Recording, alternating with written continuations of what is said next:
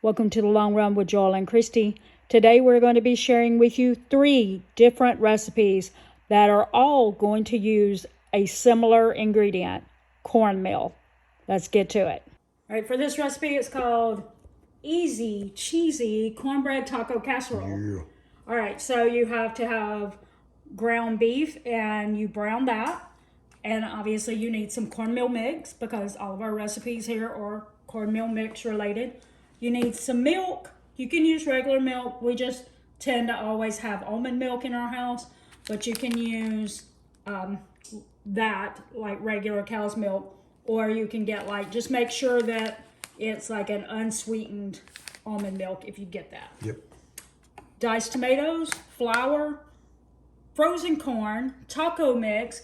The person who created this recipe had all the ingredients written out for taco mix, like each individual seasoning, and then said somewhere in it, or you can just use taco mix. And we make homemade, so I just went with that recipe. Baking powder, salt, oil. They wrote canola oil. Again, we don't have that, so I did olive oil. You need some cheese. I think they used a Monterey Jack blend, but we had cheddar at home. You need some minced garlic and 1 egg, and you are ready to go. Let's do this. All right, after you have browned and drained your ground beef, put it back in the skillet, and then you start adding your filling ingredients, which is your corn, diced tomatoes, taco seasoning, or all the spices she had listed, which are pretty much taco seasoning. And your garlic. Finally, 3/4 of a cup of water. And then you're just going to bring this up to a simmer for about 15 minutes, stirring it occasionally. We've got our mixture working over there on the stove. That's why you're hearing like bubbling sounds. So while that's working, we're going to make our cornbread topping. And so obviously we're going to put some cornbread in there. We're also going to put some flour in that. Just as a note, the person who created this recipe has you putting sugar in the recipe, but that's just a no-no here. Joel is the one who's shaking the camera at his disdain at the idea of putting sugar in cornbread. Not typical for, at least not from where Some of you we may are. like it. If you like sugar in your cornbread, let us know in the comments. Yeah, but for us, where we're from in the South, No, cornbread's not sweet. yeah. Cake is sweet. That's also why you never see us buying Jiffy cornbread mix, because it's sweet. So anyway, so we're just skipping over that sugar ingredient, but if you put sugar in it and you look at the recipe, then you'll see there's sugar listed and you'll put that in. Okay? If you don't put the sugar in, it's nothing wrong with it. It just doesn't taste sweet. There's no, doesn't bother it any. Let's just put it that way. Okay, let's put baking powder in there. We got 2 teaspoons of that. And it says a 1/2 teaspoon of salt, but y'all know I ain't doing that. I always go less than what it claims you need.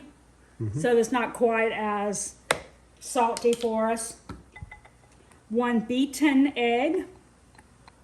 1/4 of a cup of your oil. A whole cup of your milk. And we're just going to mix that together. So we just finished simmering the filling, and we've put it in a 9x13 dish that has been sprayed with cooking spray. Ours is like an olive oil that you put in yourself.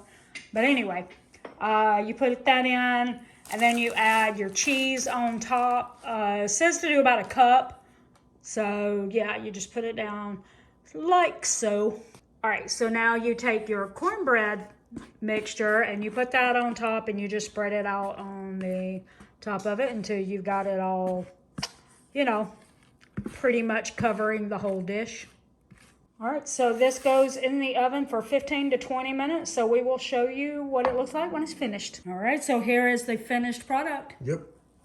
That's what it looks like. Now we're gonna cut into that and put some on a plate so you can see what it looks like on the inside. I don't know if I got too big a piece there. I don't remember how many servings this is supposed to be. When we've done this one other time, there's still more of this right here. That would make it not disappear so much. Anyway, we've done this one other time before, and Joel and I both kind of agreed that like the corn bread layer is maybe like a little too thick. You can see how thick that is. Compared to the other layer.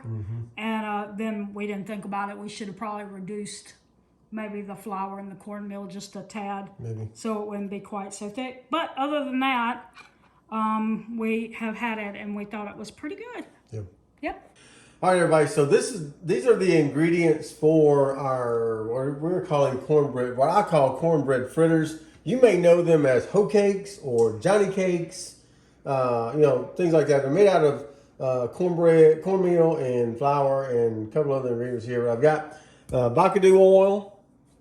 I've got salt, butter. I got some water here, eggs, some buttermilk, yellow cornmeal mix, self-rising flour, and Baking powder. baking powder. All right. So let's make it. All right, so you're going to start with a medium bowl. I assume this is medium. This may be small. I don't know, but we don't really have a bowl in between this and the bigger bowl. So I'm going to use this one. He means we don't have a bowl that is between that and what we would consider large. That's right. That is correct. Okay. All right, so you got a cup of cornmeal, a cup of self-rising flour, and then a half teaspoon of salt. Now this recipe does call for sugar, but cornbread is not sweet for us, so we're not going to put the sugar in there. As we have noted in Yes, and several other recipes. yeah, you did see that in the recipe that we just shared, which was a cornbread taco casserole that we don't like it sweet. The other recipe that we shared was it may be after this one, but it's a blueberry, Yep. kind of like a blueberry cornmeal cake kind of thing. So it is sweet and yeah. Yeah, and then Yeah, we did put sugar in that one. We did, and then 2 teaspoons baking powder. Excuse me. Okay, and you're just gonna whisk this together, nice and mixed up right there. Next, we're going to add the buttermilk right here, which is 3/4 of a cup of buttermilk. Now I should A third switch cup of places water. with you. Okay. Because you're right-handed, I'm on your right side. Yeah. And then 2 eggs. 2 eggs beaten. I could have used my left hand, but I put everything on the right side. So. And then we're just going to mix this up really well. All right, so it calls for a cast iron skillet. And so we busted out the old cast iron skillet tonight. And you're going to use a 1/4 cup of oil. We used Bacadou. And then a tablespoon of butter. You're going to heat that on medium to medium-high heat. And then we'll come back and we'll show you, once this is all melted and heated up, we'll show you how we drop those in there. Oh, and just a note for all those who don't know the translation, avocado is avocado. Yes. All right, so this calls for 1/8 of a cup measurements. We have a 1/4 cup, which is also notched out for the 1/8 cup too. Yeah. But you want to take we this. don't have one that's just an 1/8 cup. Right. So once you get your oil and your butter hot there, you want to take these and just, now it says in the recipe that you can line your, and I forgot to do this, but you can line your cup with your measuring cup with non-stick cooking spray, and the stuff won't stick in there. Should have thought about that before I tried this. Yeah, well, we can fix that for the next ones. Yeah, we can. Yeah. All right. So This anyway, 1/8 of a cup. Remember, that's why we're not filling it all the way to the top. It's because this is 1/4 of a cup. You just drop them in there.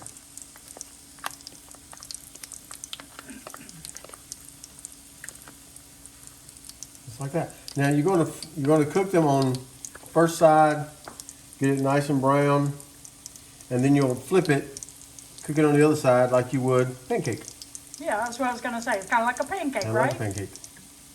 A yellow pancake. That's right.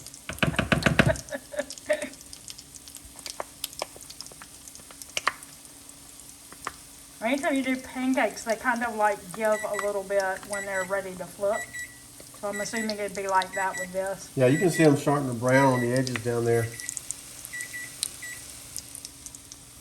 And this is supposed to make about 10. I'm thinking this batter's gonna make a little bit more than 10.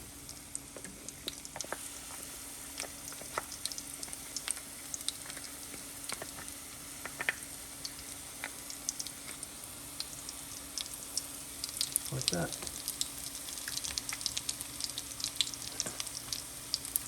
And we'll go ahead and see if we can flip this one.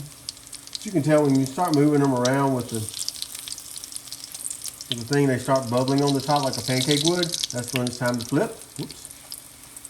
Gotta practice my flipping. There we go. Oh yeah, look at that. That looks good. Yes, indeed. Yeah.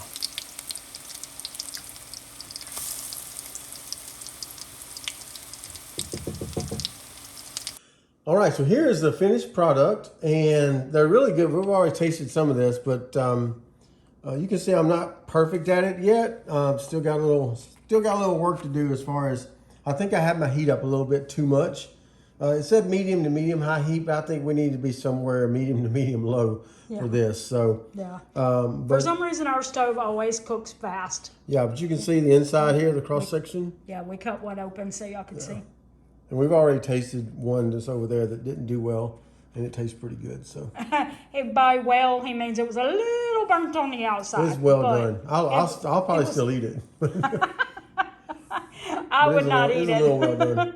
I don't eat burnt, but he does. He likes charred. Yeah, Okay. like a little char on mine. All right. So let's put it over here on the plate. Okay. Which one do you want? This one? Yeah, that'll be good. Okay. All right. So I'll put that right there. What this is right here is chicken and gravy that we had as leftovers, and we made some rice to go with it, and we roasted some veggies. And since this was leftovers, all we had to do was cook some rice, roast some veggies in the oven, so that pretty much does the work for it. Yep. For yourself. We used frozen veggies, so we didn't even cut anything. Yep. And just made those. So if you have a leftover night, a way to maybe kind of change it up a little bit might be throwing something different with it. Like normally we do not do corn fritters or Johnny cakes or whatever you call it. So so that made it a little different tonight. Yeah. Okay. All right. Hope you enjoyed that one. All right. We are going to make a blueberry cornmeal skillet cake. This is going to be interesting because what is Joel's thing about cornmeal or cornbread? It's not sweet. It's not supposed to be sweet.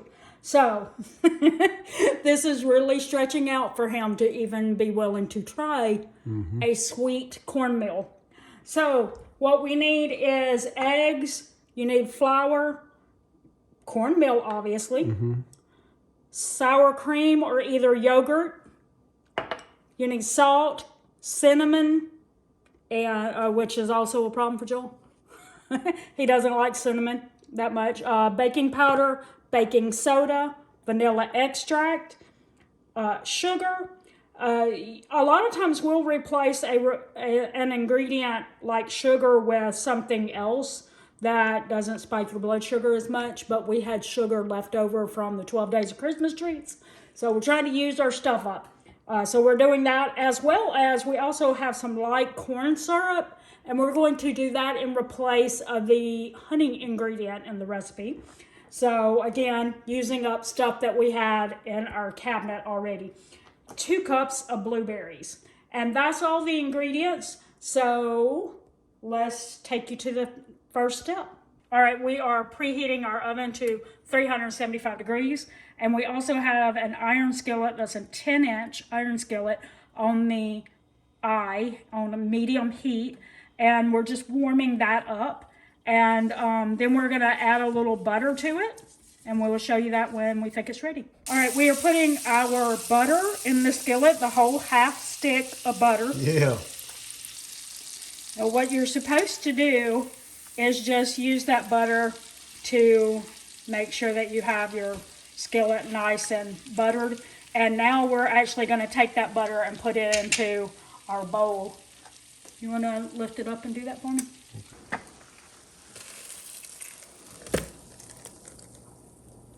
We have our butter here, and we are gonna add our sugar into it, and we're just going to cream the butter and sugar together.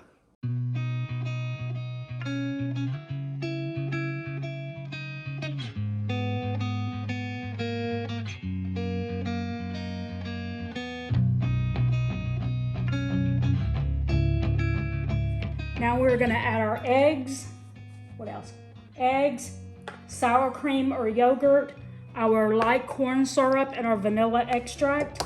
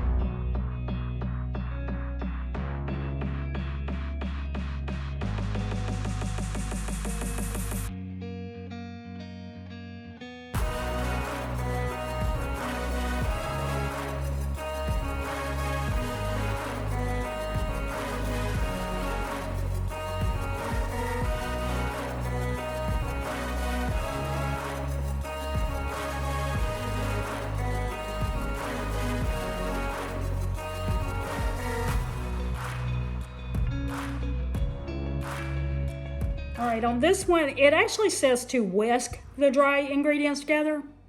I don't understand that. We're just gonna mix it this way.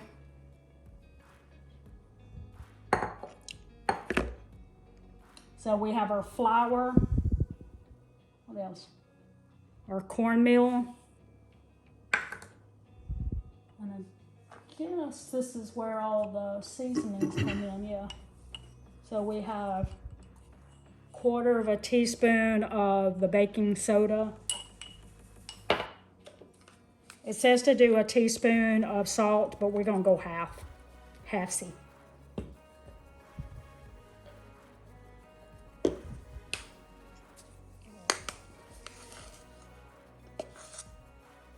Our baking powder. And our cinnamon. I think that's all of them. We're just gonna shake it like this, and that should have it mixed up well. And we'll just stir it around a couple of times. Okay, so I did go ahead and mix it a little bit just to make sure we had it blended well. Okay. Now we're gonna add these dry ingredients to the wet ingredients. And we're just gonna gently stir it until it's well combined.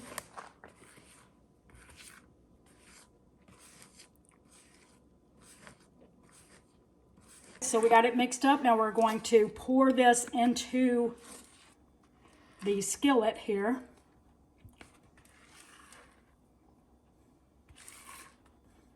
There for a minute I was afraid that this wasn't going to like it was not going to be very much, and it was going to make sense that it was going to be in a 10-inch skillet, but look at that. Mm-hmm. It actually filled it up. Yep. All right, so Our next step is to put our blueberries all over the top. Now, if you use fresh berries, you won't get all that purple, like, liquidy stuff. So, you know, but that's part of using frozen. But what do you think? I think it needs to be moved around a little bit or anything? A little bit? Yeah. Hold on, let me get something different.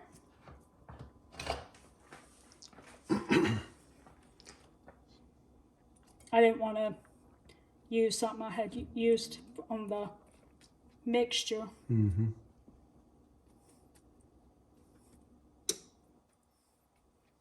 What you think? It should be good. Let's put this in the oven for 30 minutes.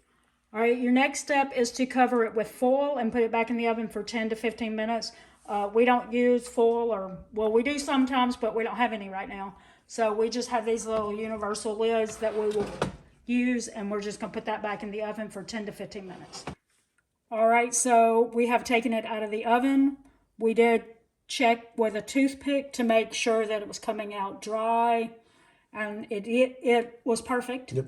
Now, we assume that the next step is to let this sit and cool for a few minutes. It says in one part 30 minutes, but where it actually has the directions, it doesn't say anything about it. So we're just going to let this cool while we have some bacon baking in the oven, and so maybe by then it'll be ready to eat. All right, we have it done, and this is what it looks like on the plate. See, everything. What it looks like in the skillet. And we got one sitting here on the plate. And we're going to do a quick little taste test for you. We're going to see what Joel thinks. Because he's the one that we're most concerned with, right? Yep. Thanks.